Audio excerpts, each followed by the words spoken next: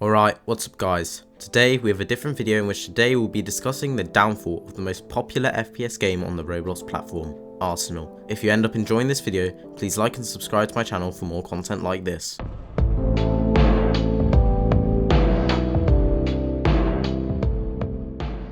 Arsenal is the most popular FPS game in the entire of the Roblox platform. All the way back in its peak in around October 2021, it reached an average of around 60k players playing at the same time. However, if you look at the player count now, it averages only around 10k players with dips to only 6,000 playing at the same time. Back in 2019, Arsenal had around 15,000 players playing at the same time, and then New Year's came around and so did the new pandemic. Arsenal began to grow in popularity, hitting around 25 players average at the same time. While this was happening, YouTubers who began making content on Arsenal began to grow rapidly, in which these included John Roblox, Tanker, Bandites, Chase Rooney, Fusion Boys and more. The pandemic contributed to their growth, and so therefore they were getting around 1 million views per video.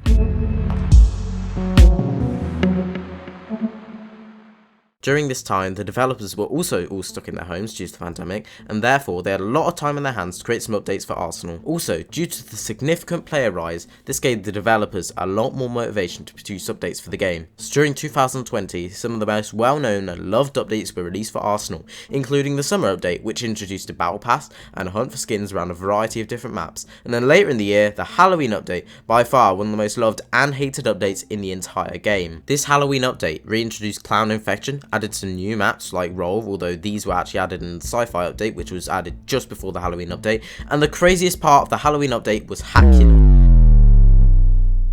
Hackula was a boss fight themed game mode, which we'd only seen one of before, however it was a lot more disappointing than this boss fight. The boss fight included a load of random power-ups that could take place during the match, either helping or hindering you during the fight, and the Hackula boss had loads of health and when beaten would reward you with the Hackula skin. Because this update had so much content, the game absolutely blew up and reached an all-time peak of around 80,000 players.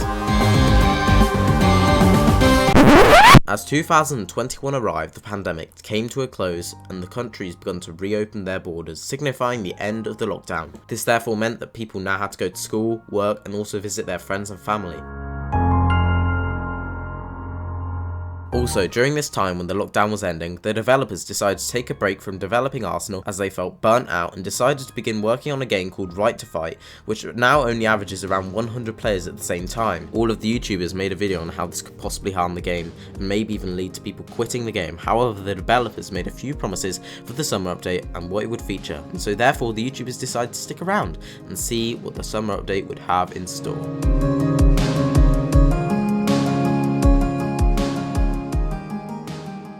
It's now the 6th of July and there was an announcement inside the Arsenal Discord. It was a summer update free and everyone was hyped to see all the changes. However, when they looked at the changelog, they were disappointed. The map builder that was promised was not in the update. Destruction physics were also not in the game.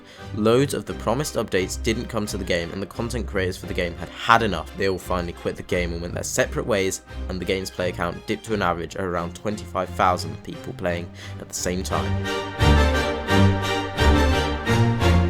The game had no significant changes after the summer update. However, the developers did release some leaks for the Halloween update, which actually seemed really exciting. It was finally time for Halloween, and the Arsenal developers were getting very ready to release the Halloween update when disaster struck. Roblox began to experience some minor issues. For example, Roblox avatars wouldn't load, and so therefore the Arsenal developers made the idea to not release the update until Roblox was back up and running, which would only take around an hour, right? This was the worst decision they could have possibly made, as by hour 3, Roblox was having issues with joining games, and by hour 4 almost nobody could join and there were only around 10 active players inside of Arsenal. By hour 18 the true disaster struck. Roblox changed their website to display the "we're making things more awesome" screen, and it took another 52 hours for Roblox to begin to allow some players back into the game. After 78 hours of Roblox being down, it was finally back up, and so all the Arsenal developers had to do was patch up some things and they finally released the update. Everyone was hyped, however just after a few moments they were once again disappointed. The update did not have the ship style map or didn't include some boss fight game mode. However, this wasn't entirely the developers' fault. Although the developers did showcase some cool ship map, once again the community overhyped it and therefore were disappointed with the final product. All this update added was a crafting system, calling cards, the career page, the server browser, which started off well, however broke over time as it was originally programmed by a developer called Anarchy. However, Zone begun to also work on it without knowing much of how it actually worked. They also added a Halloween crate, some codes, 3 weapon skins, 24 unusuals, which were not very common to see anyway and costed quite a lot as they were mostly hidden away in the unusual crate. They did 1 new taunt, 1 announcer, 3 new kill effects, 6 melees, 38 characters, 4 maps and 9 weapons. Although this sounds like a lot, not only were most of these cosmetic changes, but most of the cosmetics weren't that interesting and some didn't even relate to Halloween. However, people were going to be excited for the game modes as there were 4 new ones. Maybe these would finally be fun or introduce a new concept, and these were the game modes they added. Insane mode, Hackula DX, Bomb and Oddball. Insane mode was just a harder version of hard mode, which clearly wasn't already liked by the community.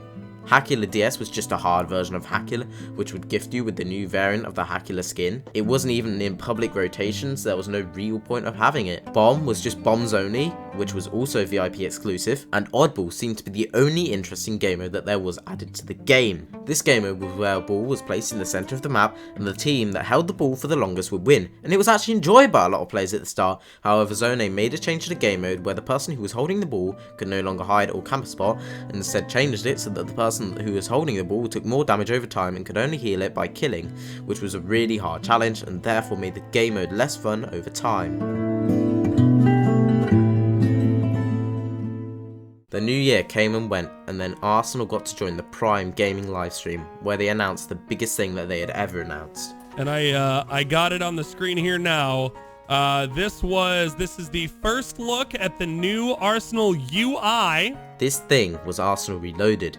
Arsenal Reloaded would be a complete remake of Roblox Arsenal, and it would still be the same game. This was actually taken really well by the community, and begun to bring back some hype to Arsenal. After the announcement, we got some leaks for the UI concepts, and it genuinely seemed very exciting. It was expected to fully release by the summer of 2022, and that just made more people excited, and then summer came and passed, and nothing.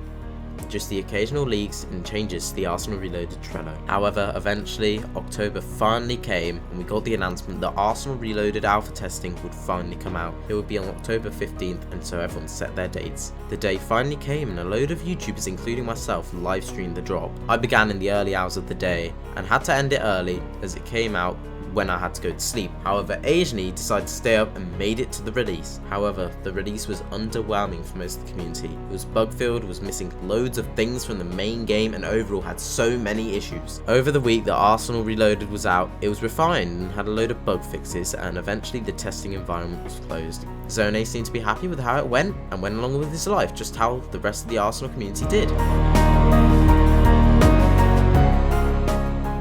Eventually it was time for RB battles, and one of the games that was featured was Arsenal. The viewers got to vote on who the competitors would be, in which Tanker and Bandite's former Arsenal content creators were one of the choices. And as guessed, basically everyone voted for Tanker and Bandite to be against each other in Arsenal. This genuinely brought back so much nostalgia inside of the community and made so many people quite happy. Also, this event brought in an integration that Arsenal players could try, and therefore brought the player count from around 15,000 to 40,000 for a while, and after that it slowly went back down to 20,000.